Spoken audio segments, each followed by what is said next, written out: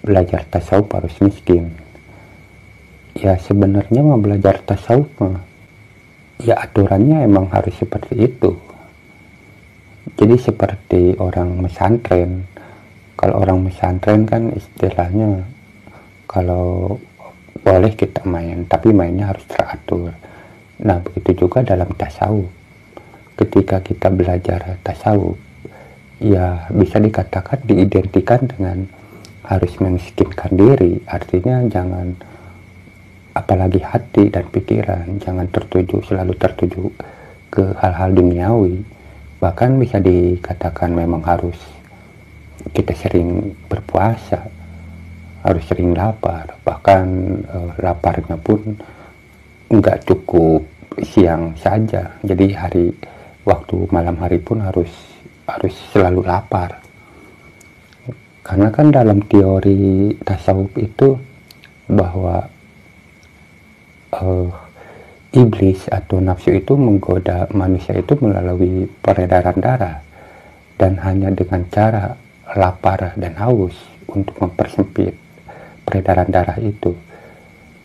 Jadi kan iblis menggoda manusia itu melalui peredaran darah. Nah, persempitlah peredaran darah itu dengan cara lapar dan haus. Ya, jadi belajar tasawuf ya memang harus seperti itu.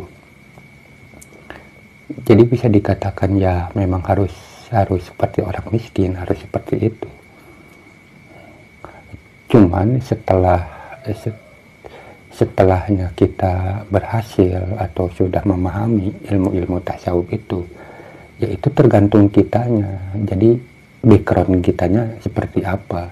Kalau misalnya seorang seniman ya menjadi seniman, kalau seorang dokter ya jadi seorang dokter. Tetapi kalau bukan berarti setelah kita berhasil ini, misalnya kita seorang dokter meninggalkan kedokterannya, seorang seniman meninggalkan kesenimannya, enggak seperti itu. Justru orang yang berhasil dalam belajar tasawuf itu, dia berpikir bagaimana hidup itu bisa ada manfaatnya kepada orang banyak. Jadi sebelum diri kita meninggal, bagaimana cara kita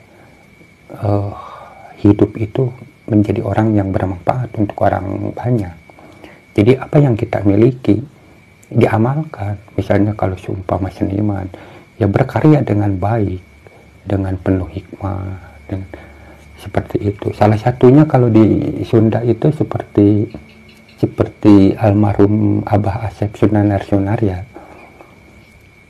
Abah Asep kalau menurut saya itu belajar tasawuf, walaupun kalau saya pernah mendengar cerita dari anaknya Dadan itu, beliau ini nggak pernah pesantren. Tapi pada kenyataannya ketika dia mendalang, dia bisa berceramah tentang ajaran-ajaran agama, bahkan agamanya pun cukup dibilang dalam. Kalau menurut saya pribadi sih, yang saya tonton dari perwayangan dalang itu nggak ada yang seperti Abah Asep. Jadi yang bikin nggak adanya itu dari sisi ketasawufannya, karena kalau menurut saya dalam ceramah-ceramah Abah Asep itu kajiannya kajian tasawuf. Jadi seperti orang yang biasa bertafakur. Dan ciri-cirinya orang yang bertasawuf itu suka mengkritik dirinya sendiri. Beda kan dengan pendalang-pendalang yang lain. Kalaupun dalang-dalang yang lain kan kalau ceramah biasa gitu. Kalau humor atau bercandanya seperti itu saja. Tapi kalau Abah Asep itu benar-benar kayaknya mengena ke kehidupan sehari-hari. Memang pada dasarnya beliau ini menurut saya suka berpikir ke kehidupan yang nyata itu. Jadi dari pemikirannya ini itu tajam sekali itu. Dan waktu dulu juga saya pernah ngedenger ya orang tua bilang, katanya waktu Abah Asep mendalang itu, katanya sosok Semar itu katanya kalau lagi Semar dimainkan katanya makhluk gaib masuk ke Semar itu. Karena waktu itu si Semar ini menceramahi dalangnya Abah Asep. Jadi Semar lagi menceramahi si dalang. Padahal sebenarnya bukan sosok gaib Semar yang masuk ke Semar itu. Tetapi inilah kehebatan Abah Asep ketika si Abah Asep ini menyindir dirinya sendiri melalui pewayangan itu yang paling unik. Dan Abah Asep tidak berpikir image-nya nanti gimana nih kalau di sini, enggak, karena dia udah paham. Dan memang itu sifat orang-orang tasawuf itu seperti itu. Ketika kita menceramahi orang lain, sebenarnya dia juga suka menceramahi dirinya sendiri gitu. Seperti itu. Jadi nah dengan hal seperti ini, bahwa tasawuf itu memang waktu ketika belajar memang harus miskin lah. Kalau dikatakan harus miskin, memang harus miskin.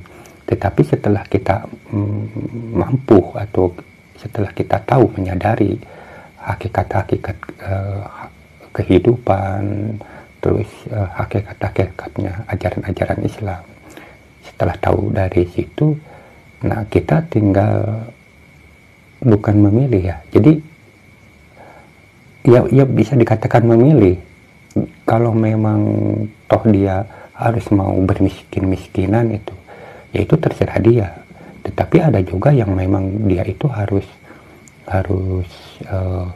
bekerja atau berpolitik, bisa saja. Karena pada dasarnya orang yang benar-benar tasawuf, memahami tasawuf, dia itu berpikir bagaimana hidup dia itu menjadi orang yang punya manfaat bagi kehidupan orang lain, seperti itu.